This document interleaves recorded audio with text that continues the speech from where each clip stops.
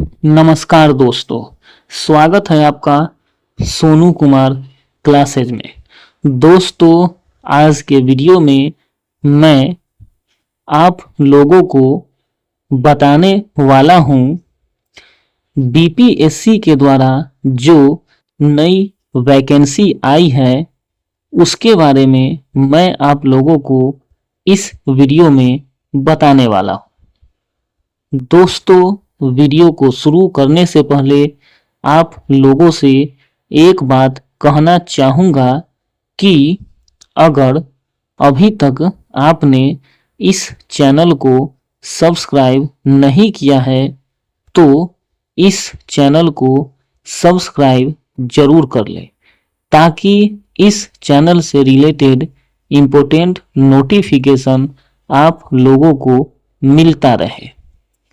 तो दोस्तों, वीडियो को शुरू करते हैं।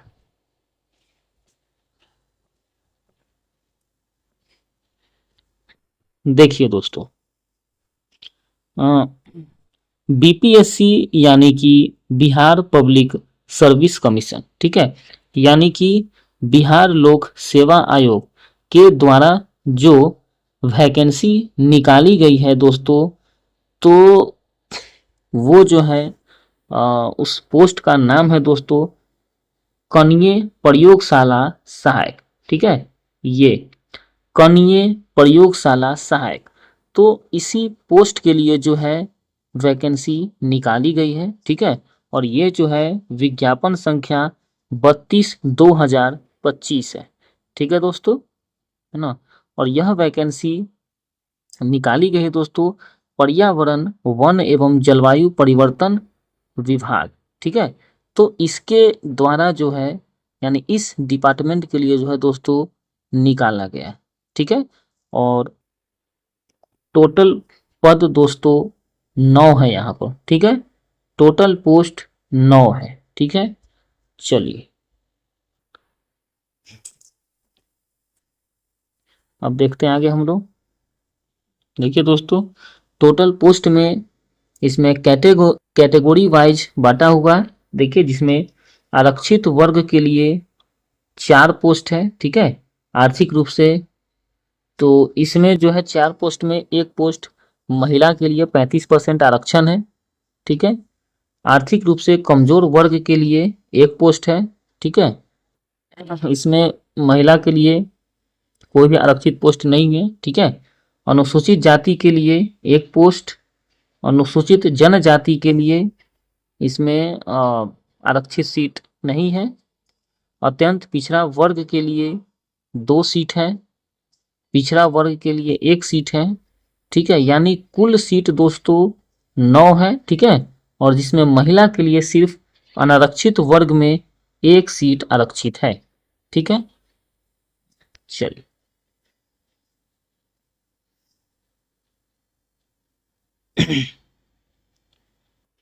देखिए दोस्तों, इसमें जो वेतन मिलेगा वो लेवल 2 का वेतन मिलेगा, ठीक है। अब दोस्तों बात कर लेते हैं इसका शैक्षणिक योग्यता क्या है इसमें। तो इसमें शैक्षणिक योग्यता देखिए क्या है। उम्मीदवार को विज्ञान में स्नातक उत्तीर्ण होना चाहिए, ठीक है। यानी दोस्तों इसमें बीएससी चाहिए, ठीक है, बीएससी चाहिए, यानी कि विज्ञान से स्नातक होना जरूरी है, ठीक है। आगे दोस्तों इसमें क्या करें, देखिए, पहले से सेवारत योग्य उम्मीदवार अपने वर्तमान नियोक्ता से अग्रसारित कराकर आवेदन समर्पित करेंगे। यानी कहने का मतलब है दोस्तों कि अ, जो भी संविदा पे कहीं इस पोस्ट के लिए काम कर रहे हैं बिहार सरकार के कोई भी संस्थान में, तो वो वहाँ से उसका जो है सर्टिफिकेट बनवा करके और तब जो है वो ऑनलाइन एप्लीकेशन भरेंगे वो, ठीक है। चलिए अब दोस्तों उम्र सीमा देख लेते हैं हम लोग। तो उम्र सीमा के लिए दोस्तों इसमें डेट फिक्स किया गया है 1 अगस्त 2025, ठीक है, 1 अगस्त 2025। तो ये बाउंड्री लाइन है एज डेट का। तो इतना तारीख के हिसाब से आयु की गणना होगा तो इसमें कम से कम 21 वर्ष होना चाहिए दोस्तों, ठीक है। और अधिकतम जो है, अधिकतम में अनारक्षित पुरुष के लिए 37 वर्ष है, ठीक है। पिछड़ा वर्ग, अत्यंत पिछड़ा वर्ग, पुरुष एवं महिला, पुरुष एवं महिला एवं अनारक्षित महिला के लिए है ना वो 40 वर्ष है, ठीक है। और अनुसूचित जाति तथा अनुसूचित जनजाति पुरुष एवं महिला दोनों के लिए वो 42 वर्ष है दोस्तों, ठीक है। अगर कोई संविदा पर काम कर रहे हैं, कोई बिहार सरकार के संस्थान में, तो अगर वो उम्र में छूट चाहते हैं तो उनको जो है वहाँ से जो है सो ये उनको जो है सो दोस्तों वहाँ पे आपको वहाँ से जो वो सर्टिफिकेट बनवा के लाएंगे, उसके आधार पर उनको मिलेगा। चलिए,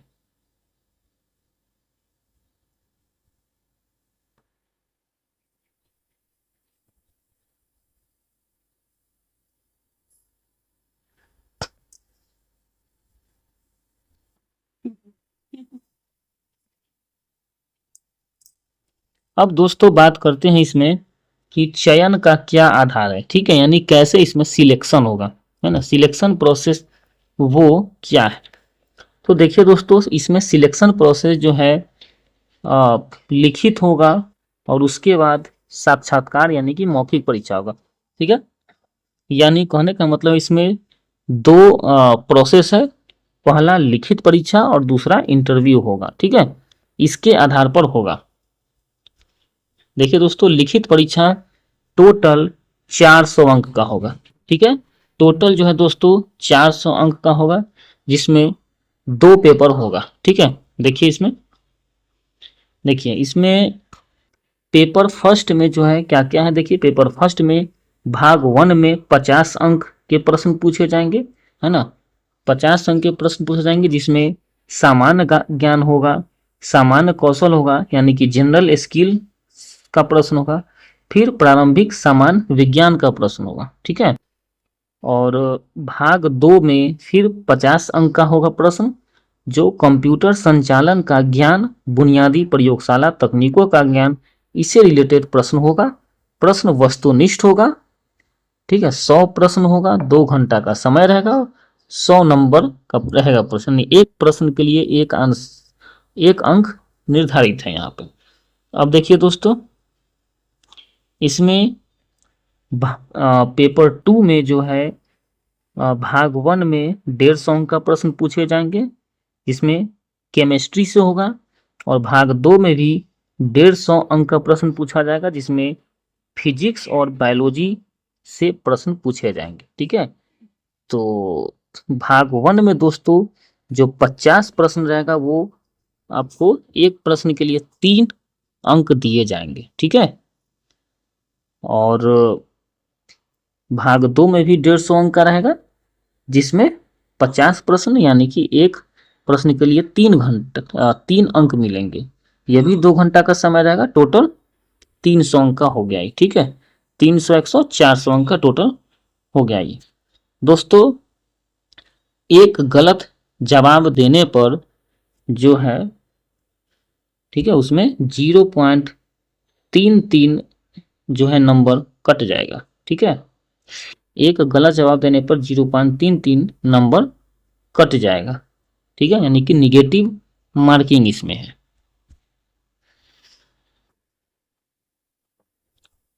मिनिमम क्वालिफाइंग मार्क्स इसमें दोस्तों जो रखा गया है, सामान्य श्रेणी के लिए 40%, अत्यंत पिछड़ा वर्ग के लिए 34%, पिछड़ा वर्ग के लिए 36.5%, एवं अनुसूचित जाति, अनुसूचित जनजाति, महिलाओं तथा निःशक्तता से ग्रस्त दिव्यांग उम्मीदवारों के लिए 32% न्यूनतम अर्हतांक प्राप्त करना अनिवार्य है उनको, ठीक है। संविदा के आधार पर जो काम कर रहे हैं उनको इसमें वेटेज दिया गया है, ठीक है।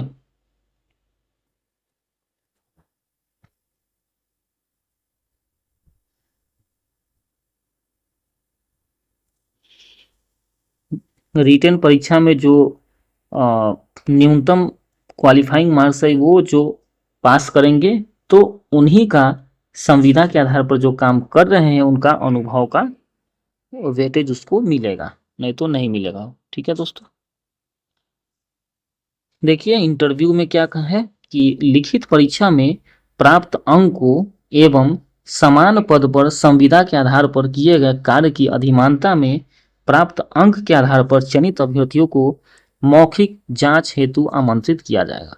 मौखिक जांच के लिए 50 अंक निर्धारित होंगे दोस्तों, यानी लिखित परीक्षा में जो पास करेंगे फिर संविदा के आधार पर वो जो भी काम किए हैं तो उनका जो अधिमानता यानी उनको जो अंक मिलेगा, ठीक है, उसके आधार पर फिर इंटरव्यू के लिए उनको बुलाया जाएगा।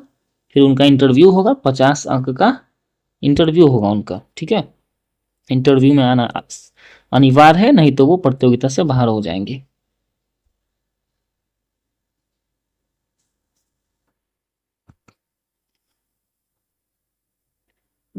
जब टाई हो जाएगा दोस्तों, यानी अगर कोई दो कैंडिडेट समान अंक प्राप्त करते हैं तो उसमें जो है दोस्तों अधिक उम्र वाले को जो है उनको प्रायोरिटी मिलेगा। ठीक है, अगर उम्र भी समान हो जाता है तो दोस्तों उनका नाम का जो हिंदी अक्षर में जो पहले आएगा, ठीक है, यानी कि देवनागरी लिपि यानी हिंदी अक्षर में जो पहले आएगा तो उसका पहले होगा।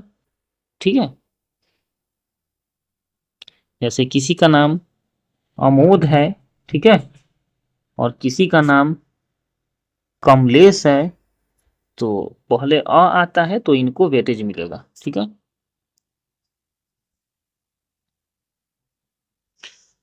अब बात आरक्षण की करते हैं। आरक्षण का लाभ दोस्तों जो है सिर्फ बिहार के निवासी को ही मिलेगा। ठीक है, अदर स्टेट वाले को जो है आरक्षण का लाभ नहीं मिलेगा। ठीक है, और आरक्षण का लाभ प्राप्त करने के लिए जो है अनुसूचित जाति और जनजाति के उम्मीदवार को जाति प्रमाण पत्र होना चाहिए। फिर अस्थायी निवास यानी कि मूल निवास प्रमाण पत्र होना चाहिए। ठीक है, और जो ओबीसी है तो उनको क्रीमी लेयर रहित प्रमाण पत्र होना चाहिए। ठीक है, और इसमें एक चीज ध्यान रखना है दोस्तों कि जो महिला है तो उनका जो भी बनेगा निवास प्रमाण पत्र या फिर ये क्रीमी लेयर रहित प्रमाण पत्र, तो अगर वो महिला शादीशुदा है तो ये डॉक्यूमेंट उनके पति के नाम से नहीं बनेगा और उनके पति के पता से नहीं बनेगा, बल्कि उनके पिता के नाम से वो डॉक्यूमेंट बनेगा और उनके पिता के एड्रेस से उनका डॉक्यूमेंट बनेगा। ठीक है दोस्तों,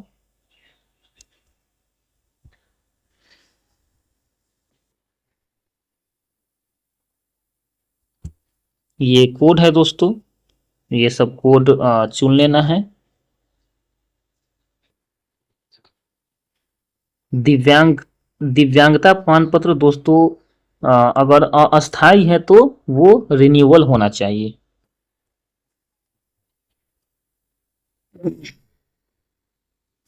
देखिए दोस्तों जब डॉक्यूमेंट वेरिफिकेशन होगा तो उसमें क्या क्या डॉक्यूमेंट वेरिफिकेशन चाहिए उसमें, तो मैट्रिक का प्रमाण पत्र चाहिए जन्म तिथि के लिए, फिर स्नातक विज्ञान का डिग्री प्रमाण पत्र चाहिए। ठीक है, फिर स्नातक विज्ञान का अंक पत्र चाहिए। ठीक है, इसके बाद उम्र में छूट जो पाए हैं तो वो वाला डॉक्यूमेंट चाहिए। ठीक है, पिछड़ा वर्ग अत्यंत पिछड़ा वर्ग के लिए उम्मीदवार के लिए क्रीमी लेयर रहित प्रमाण पत्र चाहिए। ठीक है, महिला है तो उनके पिता के नाम से चाहिए। ठीक है, जो अनुसूचित जाति अनुसूचित जनजाति के हैं तो उनको जाति प्रमाण पत्र और निवास प्रमाण पत्र चाहिए। ठीक है,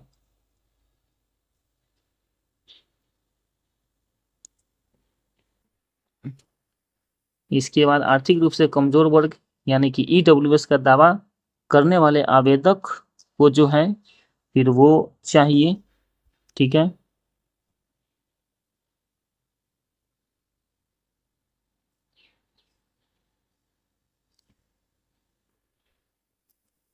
उसके बाद पहचान पत्र चाहिए फोटो युक्त, जैसा कि आवेदन में दिए है, यानी कि आधार कार्ड, पैन कार्ड, ये सब जो भी है। रिसेंट फोटो चाहिए, 4 फोटो खींचा हुआ। ठीक है, और जो भी दोस्तों ऑनलाइन का हार्ड कॉपी वो वहाँ पे चाहिए डॉक्यूमेंट वेरिफिकेशन में। ठीक है, ऑनलाइन आवेदन की हार्ड कॉपी की प्रति चाहिए। ठीक है, अनिवार्य है ये। ठीक है,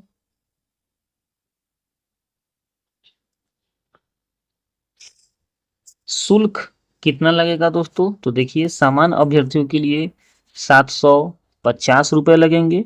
अनुसूचित जाति, अनुसूचित जनजाति के लिए 200 रुपये लगेंगे। सभी आरक्षित, अनारक्षित वर्ग महिला उम्मीदवारों के लिए 200 रुपये लगेंगे। दिव्यांग अभ्यर्थियों 40% या उससे अधिक के लिए 200 रुपये लगेंगे। अन्य सभी उम्मीदवारों के लिए 750 रुपया उनको लगेगा। ठीक है दोस्तों।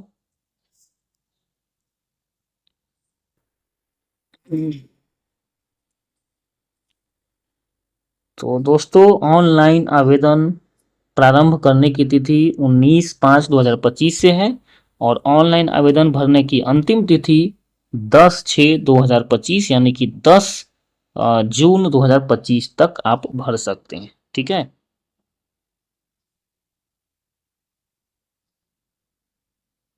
ये सब प्रोसेस है जिसके आधार पर आप ऑनलाइन अप्लाई कर सकते हैं। डिटेल में इसको पढ़ सकते हैं आप लोग।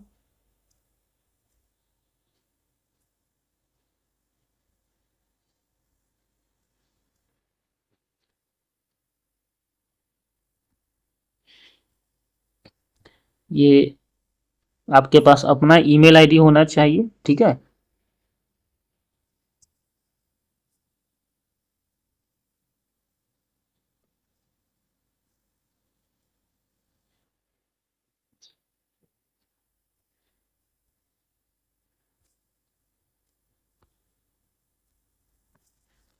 तो दोस्तों, इस तरह से आज के वीडियो में मैंने आप लोगों को पीपीएससी के द्वारा जो नई वैकेंसी आई, और वो पद का नाम है कनीय प्रयोगशाला सहायक। तो इसी पद के लिए जो नई वैकेंसी आई, तो उसी के बारे में मैंने आपको बताया। तो दोस्तों, मिलते हैं फिर अगले वीडियो में। तब तक के लिए जय हिंद, जय भारत।